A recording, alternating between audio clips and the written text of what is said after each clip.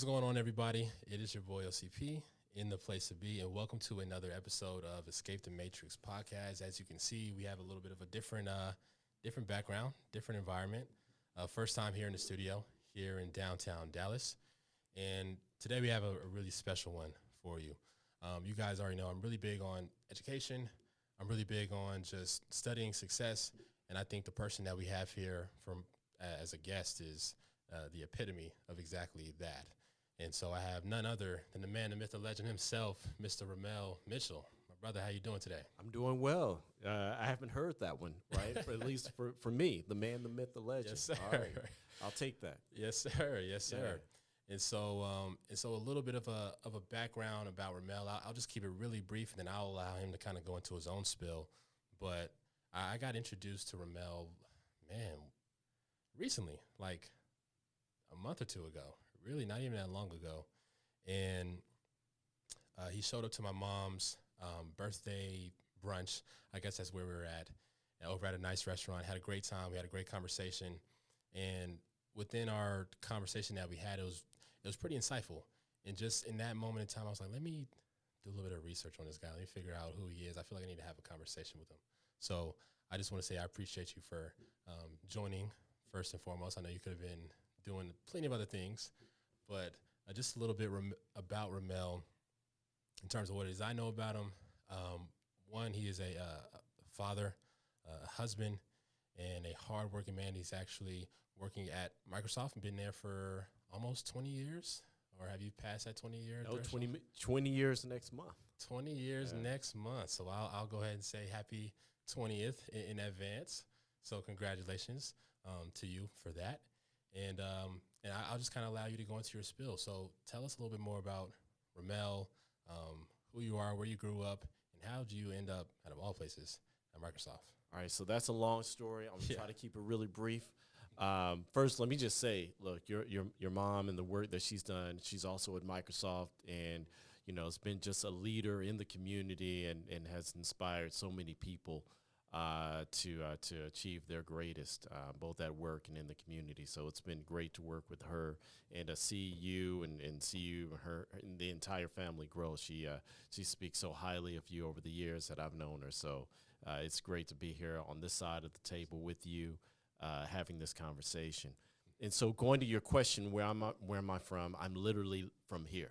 Right, okay, like I'm awesome. From right here, right. So Dallas native, born and raised Oak Cliff, all day, every day. Okay. And so, in fact, my high school that I went to was not too far away from here. So I went to Law Magnet High School here in Dallas, proud DISD graduate, if you will. And so, from this area, and so for me coming back here today, a few steps from where I went to high school it's great to be here and have this conversation. So, long and short of it is this: I was a kid that was always interested in technology, always interested in business, and had an opportunity to pursue both. I went to a school that focused my high school career in law, but did not pursue that. I think I was one of the few geeks there that was into science and technology.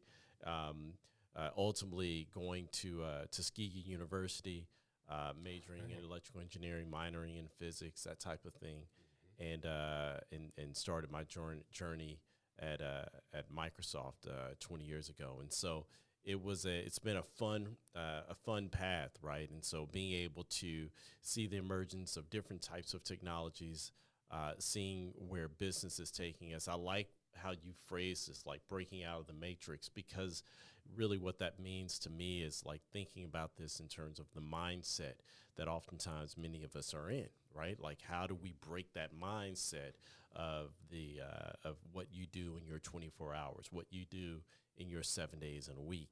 And so, thinking about that is something that I consistently work on, and consistently have try to innovate and drive and support, new innovation across the U.S. Awesome. That is awesome there. And exactly to your point, in terms of, you know, escaping the matrix, breaking out of the matrix. It is a mindset shift. At least that's where it starts, right? Starts in the mind, starts from within, and then it grows out, you know, from there. So something I really want to, I guess the topic I really want to touch on is the importance of tech, how to get into tech, why the technology industry is just significant, really, especially, I mean, it always has been, especially today. And in terms of what it is that we're seeing now, just some of the tools and the new things that are coming about, for example, like AI, ChatGPT, I know that's a pretty trendy topic now, but we can obviously see the significance and the trend in terms of where the world is shifting. And so I want to see for you, you said you've always had this, you've always had a knack or an interest for technology, but is there anything that you can pinpoint, I guess, back to in your life to just say, okay, hey, my introduction to this or me being exposed to this or this person or this room or whatever the case may have been, that was for me, if you can kind of go back and think about it, that was for me the moment that kind of changed everything. And it's like, you know what? I know tech is the industry I want to go into and just kind of springboard from there. If there was a turning point for you, what was that, if you could speak to it? Yeah, there are multiple there are multiple points that converge into one tipping point. Yeah. I'll go back to this whole notion of high school, right? So Yeah. your audience is broad. You're going to have some young people and some other folks, but the thing that did it for me, I used to DJ, and and I purchased my equipment like from this like pawn shops, right? Yeah. And my equipment was never good, right? So I was at parties, and there was one that I was DJing, and my equipment, like my amp, just went. Yeah. And so figuring out how to fix stuff all the time, because when people are like boo and hey, we want our money back, thanks Stuart, I still remember that. And when you have that, you're like, all right, I have to figure this out. I have to solve problems. I have to figure stuff out, sometimes on the fly. And so for me, that's an introduction into engineering. My brother, the second point here, the second convergence here, my brother was an engineer. Okay. So he went to school for engineering, electrical engineering, and he was a member of National Society of Black Engineers, NASB. Also, he's a former national chair for NASB, Raamel Mitchell. Awesome. And so that's one of those things where, all right, I have this strong intro. My dad was a mathematics major, and so also a physics minor. And so just kind of that introduction into this world. So I had role models that were in this field, right? So that's the second area that impacted me. The third was this, and I'll mention this in terms of my interest. Having a role model, having kind of this introduction into being able to problem solve, knowing that it's important to solve problems, which is essentially what engineers do, and you could even say computer scientists and anyone in that STEM area. Right. And we didn't really call it STEM at that time. It was just like you're going in engineering, you're going into science, something to that effect, the hard areas, being able to problem solve. I was recruited out of high school when I graduated from Raytheon, Raytheon Services in Nevada. And so that's supporting Department of Energy and some other interesting areas. And so for me, having early exposure was critically important. Those three moments converged and really provided, I think, kind of this lifelong interest that nourished my career, my personal interest, my professional interest moving forward. And it started with a passion. It started with the understanding and acknowledgement that, hey, look, there's a skill set that it goes along with this passion, and then having people in your life that can nourish that, and that's very important. If you could have a seed, right, but if that seed isn't nourished, it's not going to sprout into anything. And if it does sprout, how do you continue to nourish it? And so having those areas and opportunities present itself. When I was at Tuskegee, I surrounded myself with people, with friends, colleagues, professors that continue to kind of feed into what I did. And I do that today, making sure that I understand or try to understand or expose myself to something that new ideas and or technologies or concepts or philosophies that are beyond what you might encounter on the daily. And so all of these things are so super important as you are walking through life, because you're prepared for the moment when it arises, right? If you live a life, I think that you are always learning. You're constantly learning. You're constantly reading. You're constantly connecting with yourself with new people, and then you are building. You're building upon a skill set, and you're recognizing that skill set. That's critical. So I bring all of that together.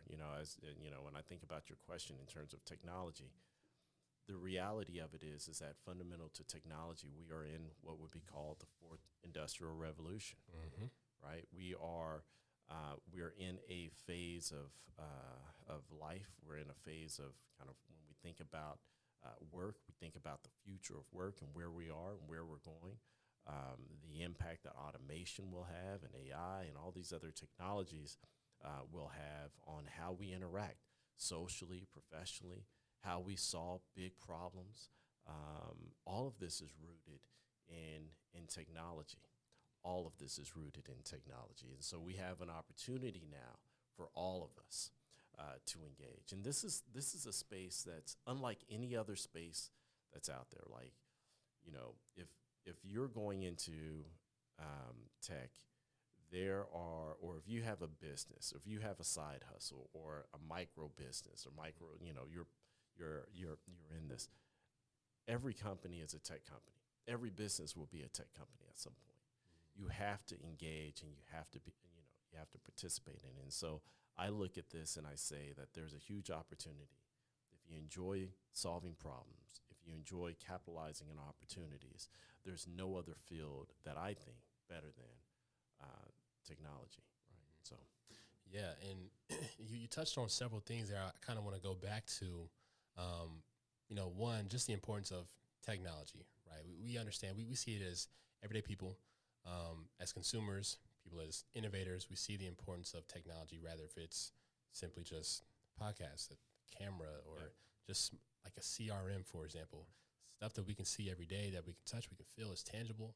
Maybe even some things we can't see, for like cloud memory or cybersecurity, for example, right? So all of it does play a factor into our everyday lives in terms of what's important, and truth be told, it's not going to really go anywhere either. It's just the world is going to continue to lean on tech pretty heavily. But something you said I kind of want to touch back on is really the importance of people, and rather if it's like friends or family, like people kind of pouring into you and continuing to nourish the seed, right? Something that I'm really big on in terms of receiving and giving is mentorship. And you and I, we both know that having a mentor can ultimately just shorten the learning curve, professionally, personally, whatever it is you may have a mentor for. I guess I want to ask a question like this. I guess, who are some of the mentors, if you want to, kind of give a little bit of a shout out, that you want to just take the time now and just say, hey, Mr. or Miss whoever, I appreciate you. And what are some of the things that you've learned from them that's helped you kind of propel your career and just maybe just help you just as a person in general? Yeah, so on this area of mentors, one of the things that I'll say, I have a good friend of mine, Elliot Dunlap. Elliot, so shout out to Elliot. So all of you all at University of North Texas that know E, and at Microsoft that know E, one of the things that this is a conversation we talk about all the time, and one of the notions that he raised about 10 years ago was this concept of mentorship and sponsorship. A lot of people are talking about mentorship and sponsorship. I'm going to come back to the original question, but I want to differentiate because I think this is an important point. You have a mentor. Think of your mentor as someone that's providing life experiences. They're like a coach to a certain degree, right? They're providing feedback, insight. You're asking questions. They're feeding into you from that standpoint. Great. Maybe they're showing you how to potentially pursue a certain pathway. A sponsor is that person that is, let's say you're going to buy a car, right? Yeah. The mentor is going to be like, hey, yo, check out this car. I love Mercedes. It's fantastic. You could also look at a BMW. Tesla's great. You might want to look at this, right? They're giving you insight. That's what the mentor is doing. Right. Sponsor is like, yo, you need to get that loan. Let me go ahead and walk you. I'll co-sign. Yeah. And so that's the difference. So let's go back to mentors, the type of mentors that I have. I think it's important to note it's great to have mentors around you that are aligned to what you're thinking. They agree with what you're thinking. But that's not the only type of mentors you need. Sometimes you need mentors, and oftentimes you need mentors that are going to challenge you so that you can grow. You're going to need mentors that are from different backgrounds, different ages, different that have different insight and perspective, that are different political parties, different social, economic circumstances that maybe they come from, because what you're doing is building. You should be able to walk in any room, anywhere in the world, and have some type of connection point and feel as though you belong. And then the only way that you can do that is by having individuals around you that can provide guidance and insight. And so some of my mentors are authors that I speak to on a weekly basis. Some of them are well known. Some of them you'll never know. Some of them might be, janitors or what have you. Some of them might be, professors, younger folks that are discovering new things. I believe that having these real human connections are important. And the reality of it is that sometimes your mentee, I have a number of mentees. I've mentored a number of folks. Sometimes your mentees are mentoring you, right? Because it's a relationship. Like, how do you drive this relationship? So that's one thing. The other piece of it is this. In that type of relationship, what I've just kind of shared is that mentor that that you're speaking to, you're calling, you're emailing, you're texting, that type of thing. But a lot of your mentors might be those that are writing articles. They might be authors. They might be living. They might have passed. You can learn so much. Someone once said, hey, look, if you want to hide something, put it in a book. Yeah. Right? There's so much human knowledge there that you can capitalize from. And so you should really expand your network. And, we've all heard this term, your network is your net worth. That's right. Right? What you read is so critical to that. Who you are surrounding yourselves with is so critical to that. You're the net sum of your mentors and your friends. That's right. And your sponsors. So you need to think about that. Now, the lessons that you learn from your mentors are also derived from the type of questions that you ask, not just to them, but to yourself. Right? Yeah. Like, what's your vision? And so what I'd like to share is, like, how do you gain the most out of that mentor-mentee relationship? And I think it starts with what one of my mentors always says and is authority on, and that is identity. And I'll give a shout out to Stedman Graham on this. And that is, if you know yourself, who you are, and you know your identity, then you know what direction you're going to go. You have a vision for your life. If you have a vision for your life and a pathway and a destination, you can now feed into, the folks that are feeding it into you, that are nourishing you. They know the direction that you want to go. They can provide you with insight that's critical for your development and growth. So mentorship, while it seems external, really starts internally, understanding who we are, understanding your identity, who's defining you, right? That's how you maximize the value of a mentorship relationship. I agree, 100%. And just kind of like how I was saying earlier, everything starts from within, right? So there's, even within my young age, there's actually a few people that I mentor as well. They come to me for a plethora of topics in terms of like advice or just mentorship just in general. And I'm like, hey, I want to help you. But in terms of what it is you're trying to accomplish, I can't do everything for you. I mean, I can kind of point to a certain direction, or I can point you to a certain person, that can kind of help you get to wherever it is you're trying to get to, but I can't just take you there alone, right? I'll do my part, but you have to do your part as well, right? So kind of doing some, I guess some people call it soul searching, self-searching. I guess it's kind of one way to really, to word it, but really figuring out your identity. Who are you? What do you like? What do you don't like? What do you want to accomplish? And I think really once you start to ask those questions to yourself, then slowly but surely, you can actually start asking questions outward to mentors, or even just for Google for that matter. That can kind of, or you can kind of plant the seed, or Bing, or you can use Bing, just to kind of like plant the seed, and you never really know what type of fruit that may bear, over time.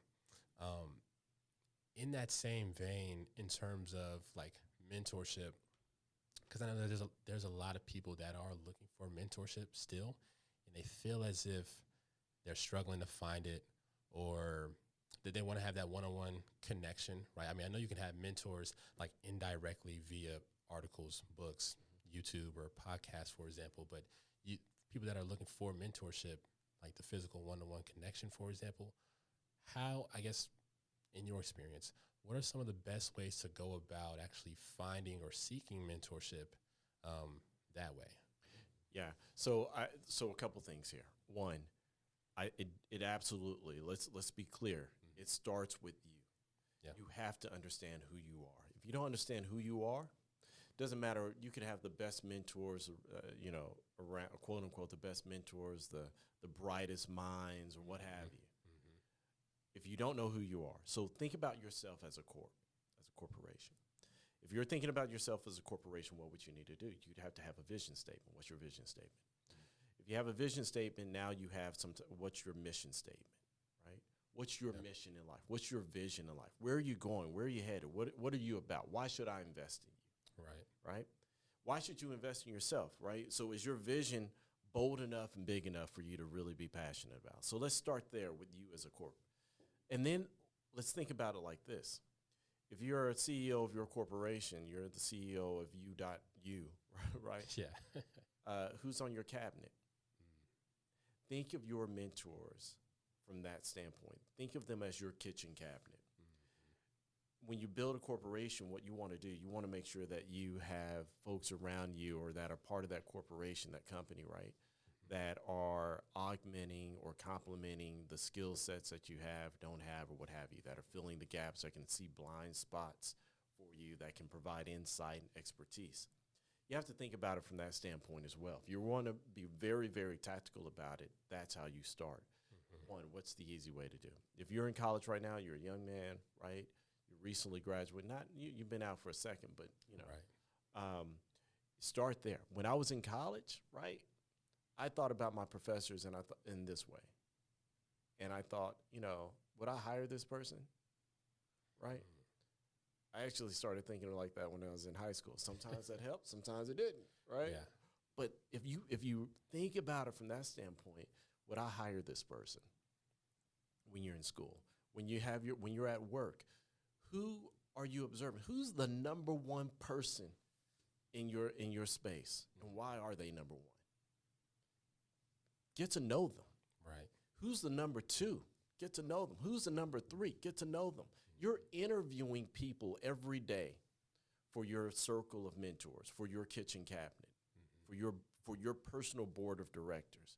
When you're at a church function, like, who is that person that fills in that gap? When you are at a dinner party, as we were, who's that person that you kind of connect with? What are you observing?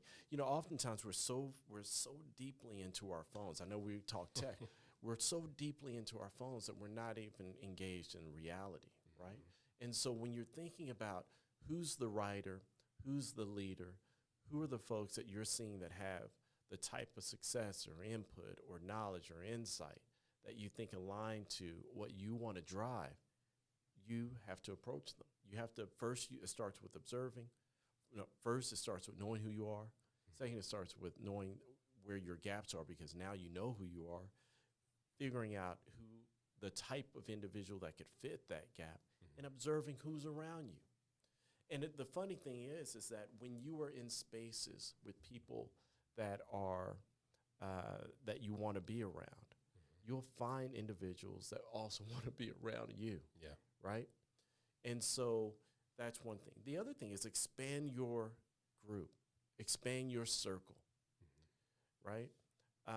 Being able to go to a city and connecting with groups of people in that city or that country or what have you.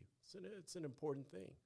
Thinking about your network and how do you expand it, right? This is one platform that's going to allow you to expand your network. What's your presence like on LinkedIn? What's your presence like? Are you speaking at conferences? Are you at CES? Are you at a TED Talk? Where are you? How are you being seen? How are you putting yourself in a position to be around the folks that you ultimately would want to be around? But again, it's so critical, so very critical to know who you are, what your personal mission and vision is, and write that. If you haven't written it, it's just a dream. It's just a dream. It's actually just a thought, you know? It's just cool to have thoughts, but unless you act on that, it's just a thought. It's imagination. It's just imaginary. Yeah. Right? Yeah. And so make it real. Man, that's awesome right there. That's awesome. And I think you said something that was really big and very practical, because I think a lot of people, they have a tendency to try to seek mentorship, and they try to seek mentorship vertically, when at times, more times than not, you can actually seek mentorship or any type of asset for that matter horizontally. Yeah. You know what I mean? Like people say, oh, well, I need to talk to the CEO. I need to talk to the Tony Robbins. I need to talk to the head honcho of whatever industry or company. And although that's fine and dandy, that's okay to do that. And if you can get in that room, great. But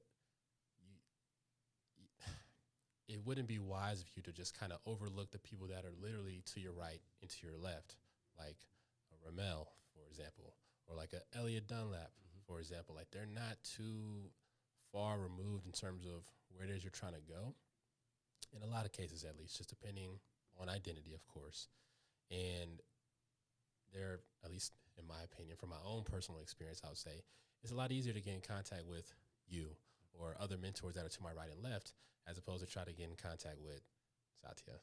Shout out to Satya. But it's going to be kind of a little bit harder to get in contact with the top of the top, right? So I think it's really important to seek mentorship horizontally. That can easily be with professors, people that, for those that are still in school, people that you talk to, see almost every day, 2-3 times out the week. You see them all the time. Or if it can literally be coworkers. I think that was a great and practical example of seeking mentorship and just seeking relationships, really, for that matter, to your left and to your right. And keep this in mind, boards always change. You'll always add new members of your board. The more interesting you become, yeah, right? The bigger your dream, right? The more tools that you have, the different rooms that you're in, you're going to meet new potential board members. You're going to be more interesting when you are creating more interest, right? And so the thing is that you have an opportunity to learn and grow. So yeah, if you're sitting in the room with the CEO and you are having a conversation, it might make sense to have him. He might be interested in being your mentor, potentially. Right. Yeah. But why? If you don't know who you are, if you don't know the mission, if there's not a point of intersection, right?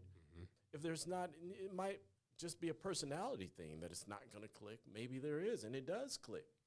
Right? That happens too. You might be on one path in one direction. That person might be on one path on another. So it depends on like who you are, where you want to go, what are you doing, what are your interests. Like a question that I get a lot, or I hear a lot, and that is like, what do you do for fun, right? People just, at the end of the day, if I'm gonna, if I want to hang out with this person, if I'm gonna spend some time, right? It's cool to talk about work all the time, but like, what makes you interesting, right? Like that's also kind of, it sounds horrible to say, like, are you boring? Like, what makes you really interesting, right? And so having a great answer to what sport do you do? You play golf, right? Do you some tennis? You go some skiing, right? Do you write a book? Like, what are you doing that's interesting? Are you reading all the time? Cool. That might not be interesting, but Right. it's at least something that is thought-provoking. I'm Right. good with that. And so, again, it's aligning your lifestyle, purpose, mission, vision to what you want to feed into that and what you can feed into others. At a certain point, a mentor-mentee relationship isn't just about a mentor always feeding into you. It's also about what you're feeding into them or showing that you're actually learning. I have some mentors here, and I don't think that they know that they're mentor. I tell them, hey, look, I've learned so much from you. I do. I learned so much from them. And they have shown so many. They've opened their heart, their homes to me, their network, and I, in turn, have done the same thing, right? And so through the lessons that they've shown, they are philanthropists, and they've invested in the communities and organizations like Best Buddies and that type of thing. And so I want to make sure that I do the same thing. And so, when you have that type of relationship, you want to make sure that you continue to grow and that you respect their time and their energy and their effort. Because, look, at the end of the day, we're all people. We all have the same amount of time each day. No one has 25 hours, right? I don't think so. No. Right? That's some new math. Yeah. So I think respecting the fact that they're opening their heart to you when you do have that type of relationship is important. And that's big. And I think as soon as you said that, I thought of something. So one of my mentors, Elliot, he says this all the time, and he's been saying it quite a bit to me here recently. He's like, don't be an asshole, where you're always asking for questions, always asking for favors, and always asking for, hey, can you connect me with, and hey, what's the blah, blah, blah.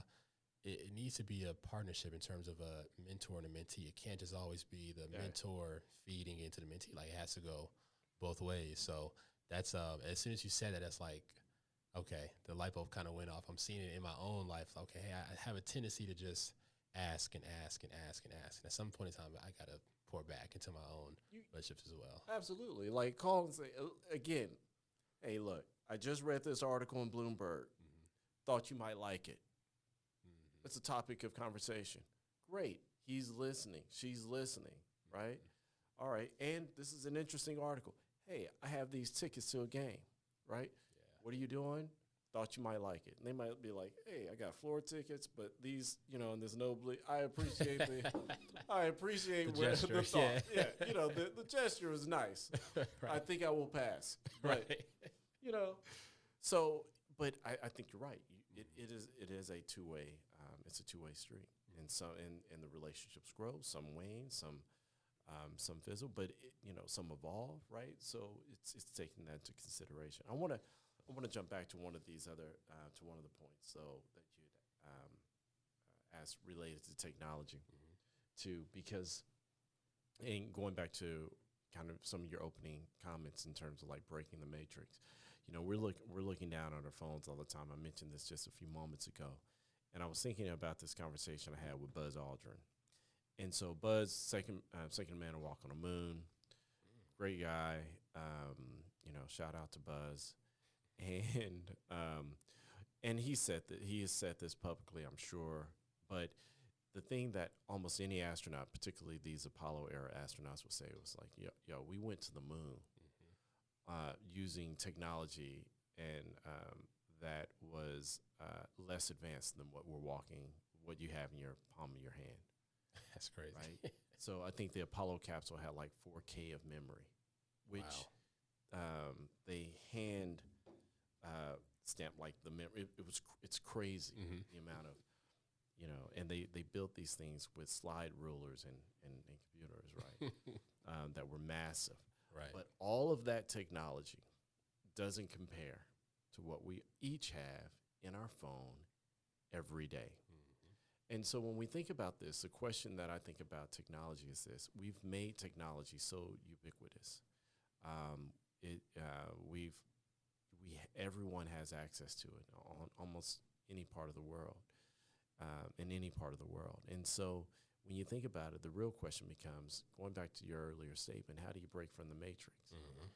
And so are you using this technology as a consumer, or are you using it as a producer? Yep. And so your question to me was, how do you break into it? Like, how do you think about it? Well, I think that you have access to it every day. Right. The question becomes, are you using, whatever application you're using to watch 30-second videos about somebody dancing, which that's cool. That's fine. Or are you producing the platform that allows other people to express themselves, right? Are you producing a platform? Are you building upon a platform that already exists? Are you looking at, there's this guy I follow on IG, I think it's like iJustin or something like that. Yeah, he's always like, doing that type of thing, right? yeah. And I love that because he's trying to break kind of the cycle of, thinking about work and income models and all this other, but he's leveraging it as a platform. And so when you think about tech, think about it like this. There are big movements that are happening in tech. You had mentioned AI and ChatGPT and all this other great stuff that's happening, right?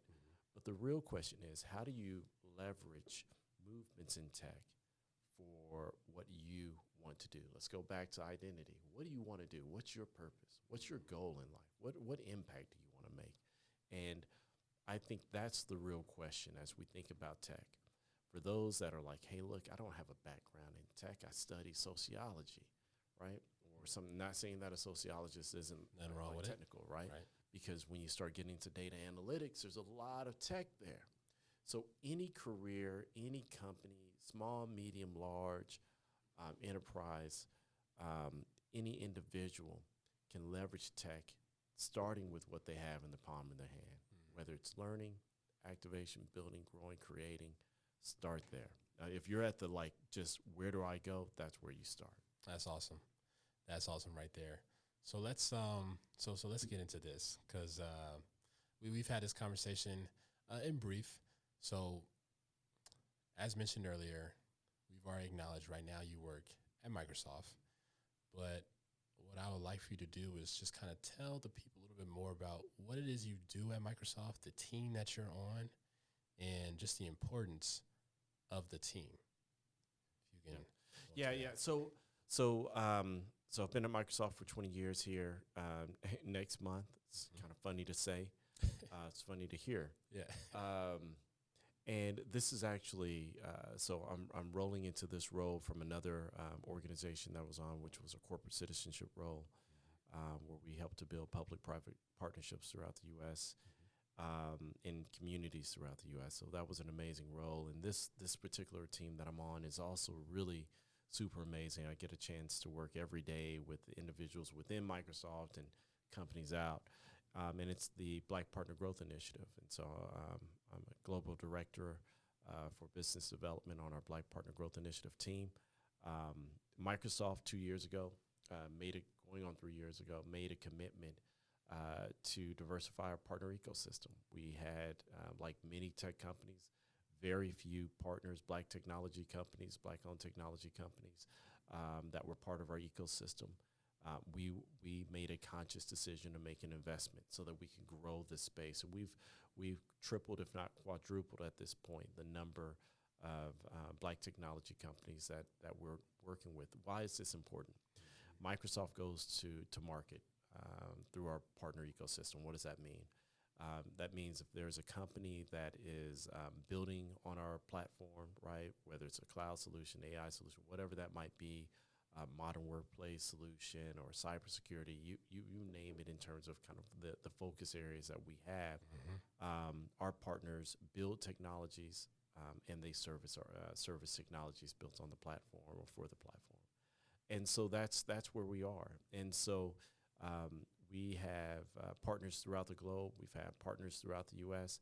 And when we think about even the early days of Microsoft, it was based upon great partnerships that we had that helped the company grow. That is how we go to market every day. It's important now that to our customers that they have diversity in their supply chain. That they have diversity in their vendor ecosystem, and our partners are providing solutions that are innovative, that are creative, that are impactful, that are impacting the communities that they are in, but also communities throughout the globe. There's a partner that we work with that's grown hundreds of percent, like triple digit growth. They've gone from a small local shop to having a global presence because they have solutions on our marketplace.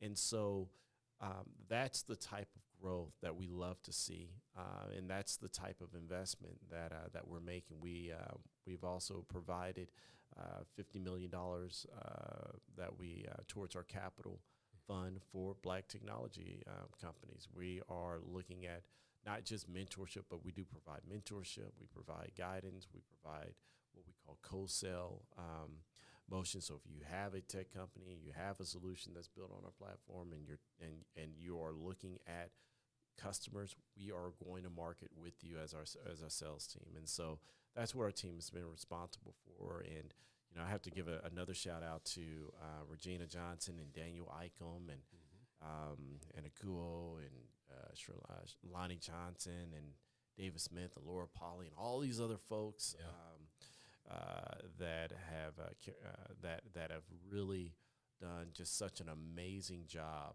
on ensuring that we have a presence in this space, and we continue to grow. It's so exciting to see because we're in such an exciting time in technology that seeing partners that represent all of society being part of our portfolio is amazing. Awesome. So there's really two questions, some more like relaxed, laid back type questions I want to get into.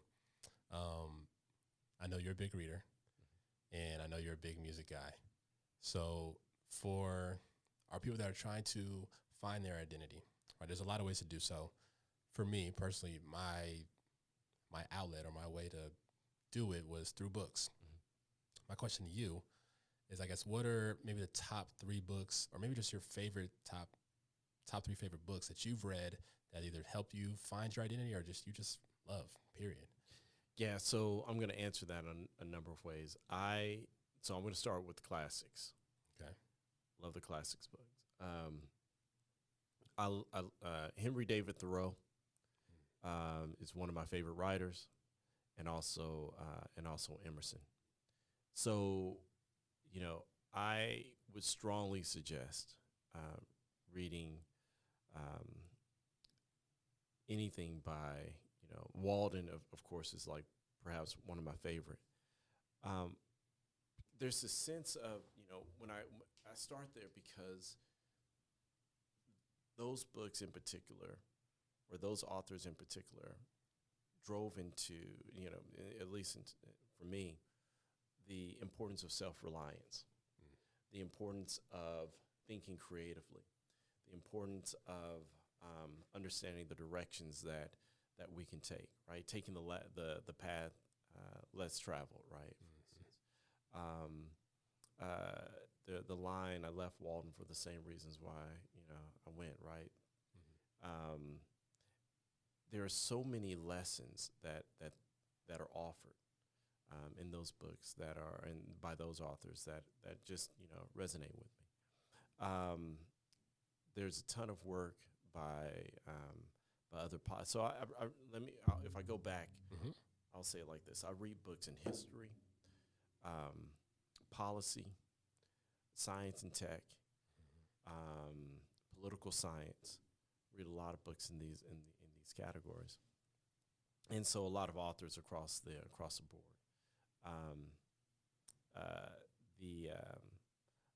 One of the I was about to say Benjamin Banneker. It's not. Now the book escapes me. It's by Warren Buffett's mentor, basically, the intelligent investor. Yeah, Benjamin Graham. And so I was going to say Benjamin Banneker. Yeah. I'm real on that one, right? Some of y'all are like, who's Benjamin Banneker? Right. I'm going back. But the intelligent investor, that's the way to start. Adam Smith, The Wealth of Nations. Like, read that. If you understand The Wealth of Nations, and then you read Benjamin Benjamin Graham. Yeah, Benjamin Graham. I was about to say Banneker. Benjamin Graham's book, The Intelligent Investor, right? You have such an advantage in terms of understanding the type of free market systems that we're in and how it was set up. I just think that's critical. There was a recent book that Kissinger and Eric Schmidt and one other author wrote on AI that I just thought was phenomenal. It came out about 2 years ago. Can't think of the title now, but it was like AI and kind of AI in the future of work. It's a phenomenal book. Great insight there. So I look at it in terms of categories. I read Foreign Affairs magazine. That's a great one. The Atlantic, and just a number of just the Journal, of course, and Bloomberg and all these other good stuff. And so there's just so much insight there, right? Like I do not. I'm the worst person to take to a sports game. Like I have no idea. Yeah. Like so that's it. But I love I love current affairs in the sense of political affairs, looking at policy, looking at business books, because the relation to business and policy there's a direct correlation, right, in terms of how we think about not just the U.S. but globally. And so that's those are categories that I think about. And history is so important because if you can when you go into a country and you go into a community and you know that community's history, regardless of what it is. If I was just in Cambridge not so long ago, weekend before last, and then London 2 weeks prior to that. And, knowing a little bit about British history was important, right? Knowing a little bit about European history was important. When I was in Sao Paulo, knowing a little bit about Brazilian history was important, right? You're in Argentina, knowing that history is important. It's important knowing the history of Oak Cliff, right? It's important. So or Brooklyn, right? Or LA and the different parts and all this other good stuff. So if you can walk into any room and you understand someone's history, that makes you connect, you have a certain connection there, right? And so history isn't just what happened, but it's also understanding the culture, right? History helps you to understand the culture. And culture helps you to understand how the history was shaped. Yeah. So that was an over answer to your question. That's good. Usually it's like, what, 3 books? Yeah. But yeah, there are a lot there. That's good. That's good there. I will say this: Camus, The Myth of Sisyphus. The Myth of Sisyphus. The Myth of Sisyphus, right? The Myth of Sisyphus. I have to The write Myth that of Sisyphus is a really interesting book, right? So it's a story basically about Sisyphus, who was banned by, it was a Greek story, banned by the gods. And he was, if you've ever seen like this really muscular guy pushing this rock up a hill, and then essentially the other side of that story is that he was condemned to push this rock up the hill because he broke the chains of death and all this other. It was an interesting story. Long story short, but the rock continued to roll back down. And so what Albert Camus does in the myth of Sisyphus, as he's describing this, he describes basically the story of this absurd hero, right? So Sisyphus is rolling this big rock up this hill, up this mountain, knowing its fate.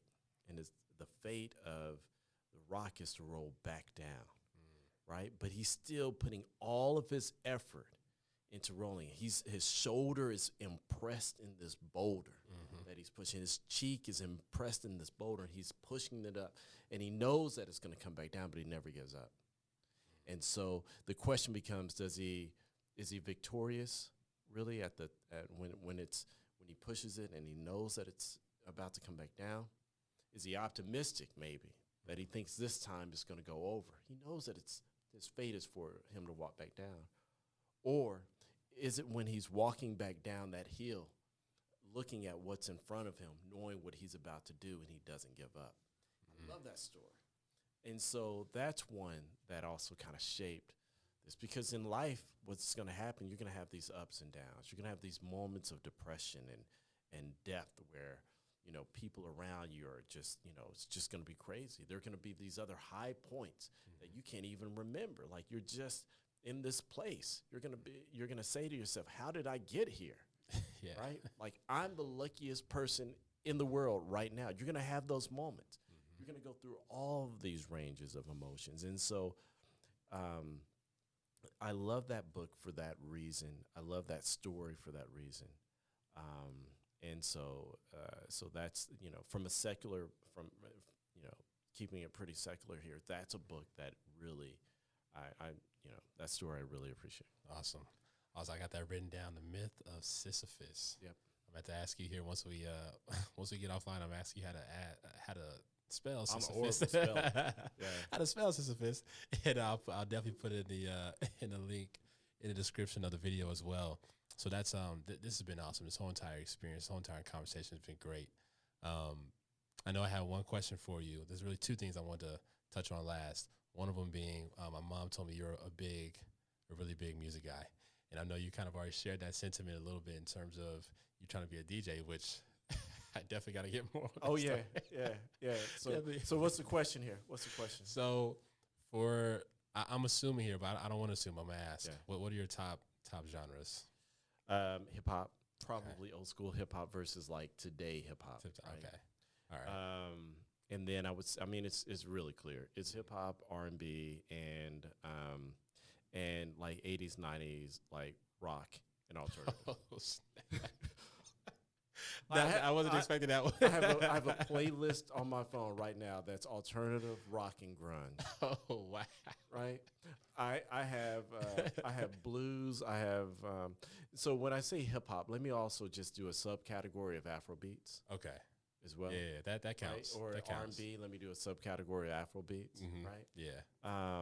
If I did another subcategory of R&B, I would say like old school blues. So I have Lou Rawls, Nirvana, and Drake, and Future, and like Lil Durk, all on my phone, right?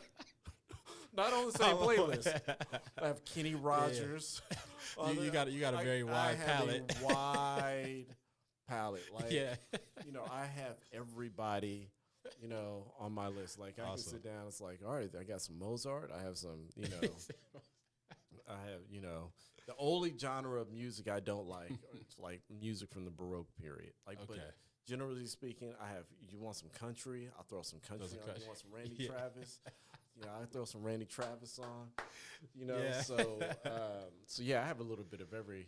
Awesome. My kids are so messed up. They're like, they don't know what's happening. Right. Like one moment it's like, one moment it's Drake. One moment is like Madonna. They don't know they don't know what to do. One is like, how are you gonna play Kirk Franklin and then, and then off the Future. The Future. All clean versions.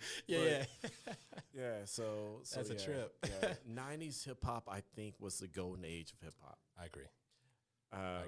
The next natural question is what?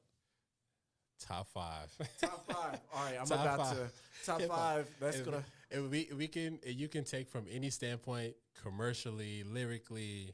I know it's gonna be kind of tough because people want to, generalize, but your top 5. Period. I think about this question all the time. It's the question that I actually start my day with. Yeah.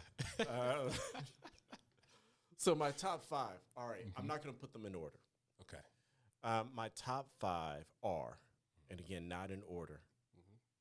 All right. So are we talking today or throughout hip hop? Throughout, all time. All right. So lyrically, Eminem. I'm just going to go ahead and throw it out there. Hold on. I'm gonna let you finish. Eminem. But I'm not gonna say you're wrong because you're right.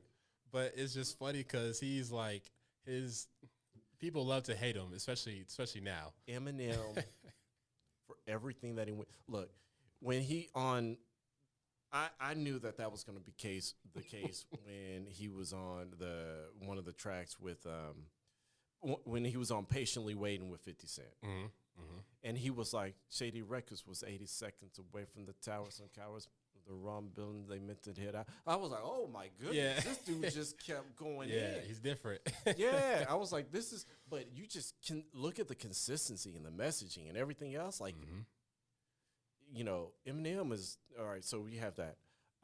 Nas. Shout out Nas. Absolutely. Undisputed. Undisputed. I think he's probably my number one, to be honest with you. I still go back to Ether. I mean, that's the hardest. He's still killing it. Yeah, that's the hardest. One of the hardest diss tracks. 37 years old and you're still in karate class? Yeah. Oh, whoa. Yeah. Yeah. So, no, but he again, consistency of message. And just lyrically, I mean, he's describing stuff that, I mean, the message by Nas, still one of the best. I mean, just beat, message, like, just lyrically. It's jazzy, like, it's you know, it's a good, yeah, absolutely. Great record. Jay-Z. Of course, it's like Jay-Z. Yeah. Lil Wayne. I agree with that one. Lil Wayne. I agree with that. You know, a Millie. Just, I mean.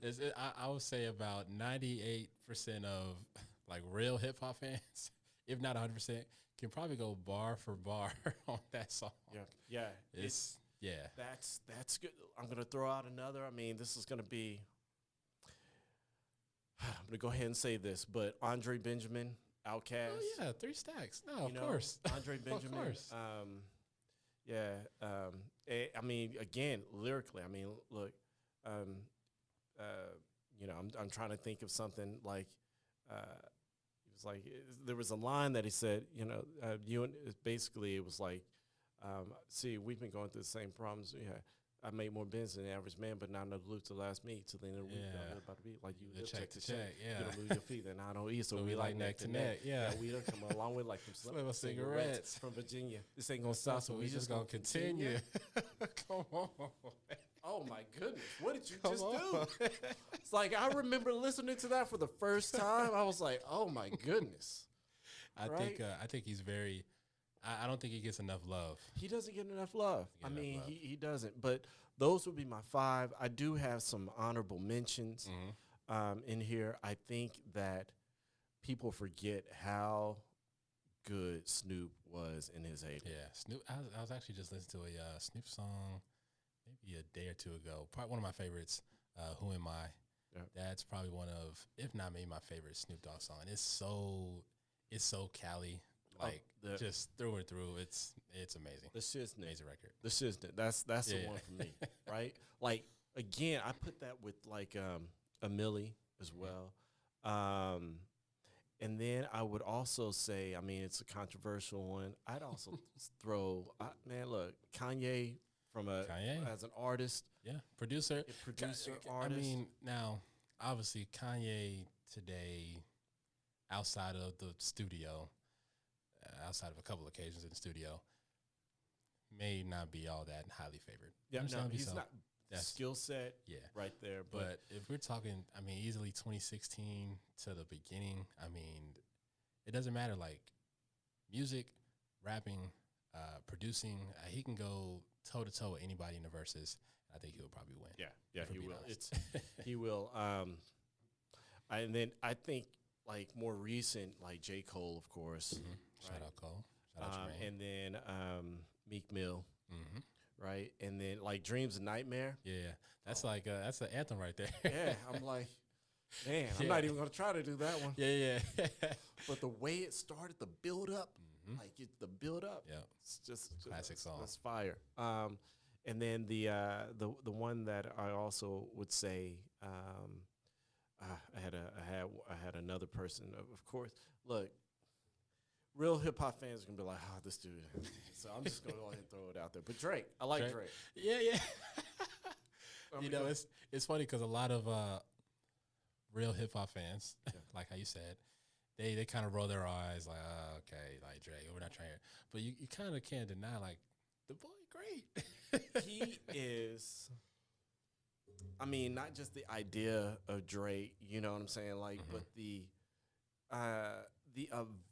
volume of work that he has. I mean, the millions and hundreds of millions of streams. I mean, just the calculus of what he's been able to do and what he's been able to build. It's just amazing, right? And so I would say absolutely Drake. Like, would I put him No, you know what was it? 4 a.m. on Bridal Road, something like that. Was last, like that was dope. That was was fire, right? Like that. He had the other cut. I can't think of, but it was with Rick Ross, right? Oh, he's got several. He got several joints with Rick Ross. It was Rick Ross. It was track number 10, I think. I can't think of the song. It was might have been from like Thank Me Later or something like that. I forgot, but he's got several. That one was that's fire. I mean, so I have to put Drake there. Those are the ones that come to mind. There are so many others. I didn't mention T.I. Yeah. Look, Ludacris back in the day didn't get enough. You know, people don't remember how dope he was. Look, I'm Texas all day. Of course, UGK. All right, so I don't want to hear anybody saying, "Yo, what about Pimp C and Bun B?" Yeah, Bun B, all right, of course. Absolutely. Too Hard to Swallow was their best album, right? Maybe, you know. So there's that. So I'm kind of that classic, hip hop. Not the '80s per se hip hop per se, but like going into like the late '90s. The golden age right there. Yeah. So I can go all day on that one. Someone's gonna be like, "Man, y'all could have just skipped to that." Yeah, right. No, I mean, this has been an absolute pleasure just getting to have this conversation with you, just to have this experience overall. And I just want to say thank you again for joining me. I know you could have been anywhere else in the world, literally, but you're here today, and that I do appreciate. The last thing I guess I want to kind of give you the mic now and see, is there any closing remarks, any things you want to leave with our audience, and then obviously kind of plug in your own socials is where can people find you? All right. Yeah, so I'm from a social standpoint, I'm on IG. I have the worst IG ever. So just like don't expect anything. That's crazy. You'll be impressed. But no, connect with me there. It's really Raamel. It's really Raamel on IG, and then I'm also on LinkedIn. Of course, my professional stuff is on LinkedIn, and my social stuff is on IG. Oh, All IG. right, so let's just don't get those two mixed. You're gonna be like, oh, Right. let's no hip hop conversations on LinkedIn. Right. It's two sides every coin. It's two sides every coin. Yeah, Cool. So, but no, I think first and foremost, hey, congrats on all the work that you've done. Thank you. I think hopefully all the listeners know, the journey that you're on, that you've taken, and I know that you're going to continue doing well, doing great stuff, and it's just an honor and a pleasure to be on here today. Part of the conversation, I know that we were talking about tech and all this other stuff, and we were initially going to go that direction a little deeper, but I think this conversation around mentorship, around identity, knowing yourself, building a team around you, that's how we build group economics. Yep. At the end of the day, the work that I'm doing, the work that the team that I'm on, that we're focused on, all of those that are supporting this is around how do you build like an economic development engine. And it starts with knowing who you are as an individual. It starts with knowing the company that you're building, the company that you're with. Greatness starts on day one. Greatness starts when you wake up. Wake up at 4:30 in the morning. Wake up at 5 a.m. Work 18 hours a day, right? You're young. You're a young person. If you're young, you're out there. You're starting your career. Work your behind off. That means read. That means learn. That means put in the work. Put in the work now, so that when you're 20 years from now, you don't have to worry about putting in the same amount of work, right? And most people won't put the work in. Yeah. Most people, when they're 21, 22, 25, 26, 30, 35, won't put the work in. And you realize it later. So put the work in now, because this is when you start planting seeds.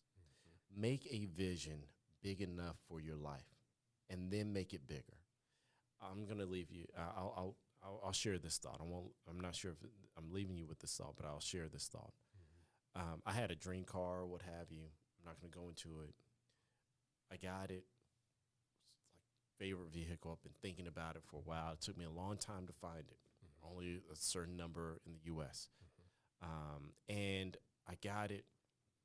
Was happy. Got into it. Closed the door. It smelled amazing, right? And then I had this thought.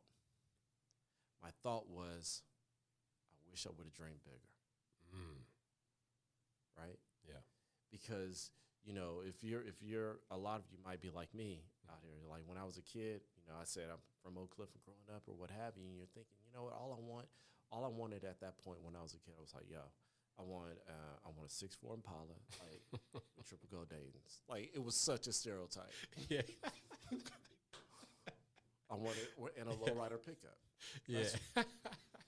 That's what I wanted. That's real though. That's real. what I wanted. I wanted a 6'4" Impala, triple gold Dayton's, lowrider pickup. That's it. And my buddies that I'm friends with, like they're like, "Yo, you ever find a 6'3"? I'm like, I don't want a 6'3". I want a 6'4" Impala, Right. lowrider pickups. And I, you know, want a house to do this. The reality of it is though, is that the funny thing in life is that if you dream and you write it and you visualize yourself in that, chances are, if you work hard enough, you can get it. It's not guaranteed. It's not guaranteed. It takes a lot of prayer. It takes a lot of focus. It takes a lot of work. But if you don't shoot for the bigger vision, if you don't dream big enough, right, and you accomplish that dream, you accomplish that vision, you don't want to sit and say, man, I wish I would have dreamed bigger. Now you got to readjust it. Yeah. Right? Maybe you say, hey, look, I would like to have that G650 or the G700, right? I want to own it. Not you know, fractional ownership. Yeah. Right? There's nothing wrong with it. But I'm just saying, like, dream big. Make your vision for yourself, your life, your community so big it scares you. As my brother would say, make it audacious, big, hairy, audacious goal. And make it big so that it's so big that it's almost Elon Musk, Jeff Bezos. These are folks that made huge, you know, bets on their dream. Right. They're still trying to achieve it. They haven't reached it. Which is crazy. So think about it like this. Is your dream to reach another planet, literally?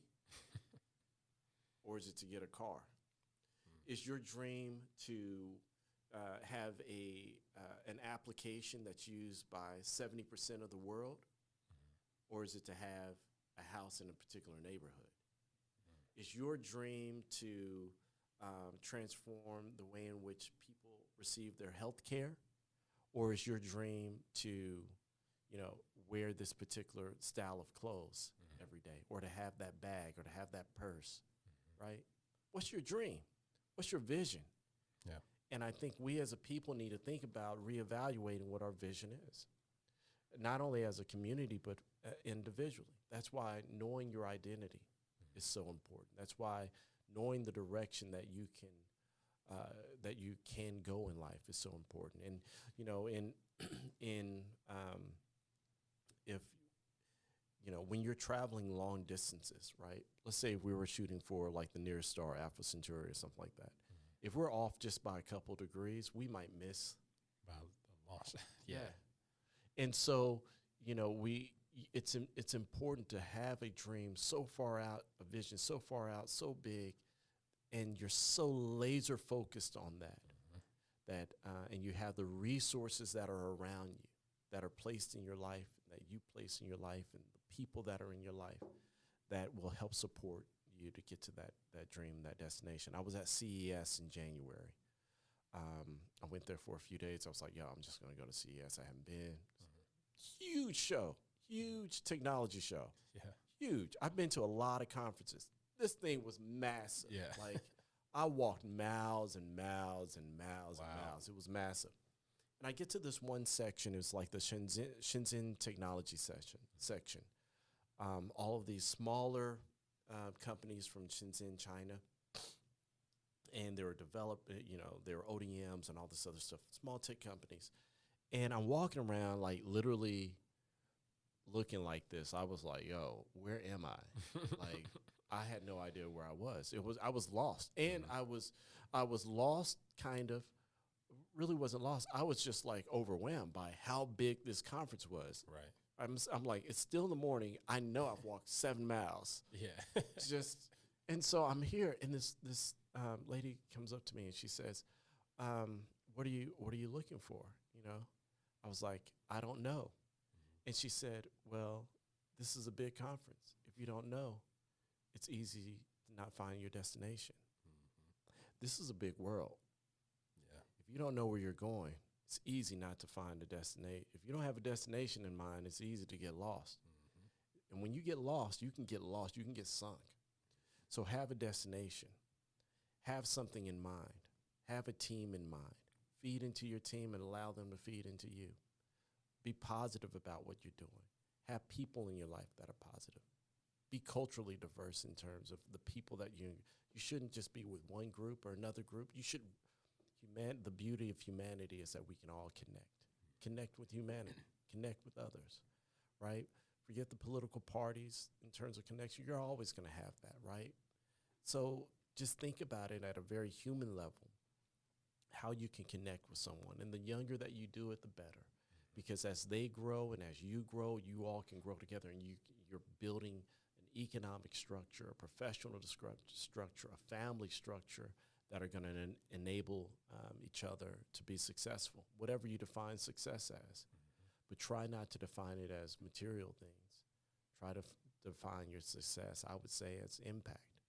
So if I were going to have any, final words or thoughts or what have you, that's what I would leave you with. That's awesome. That is awesome. Well, folks, you have heard it here.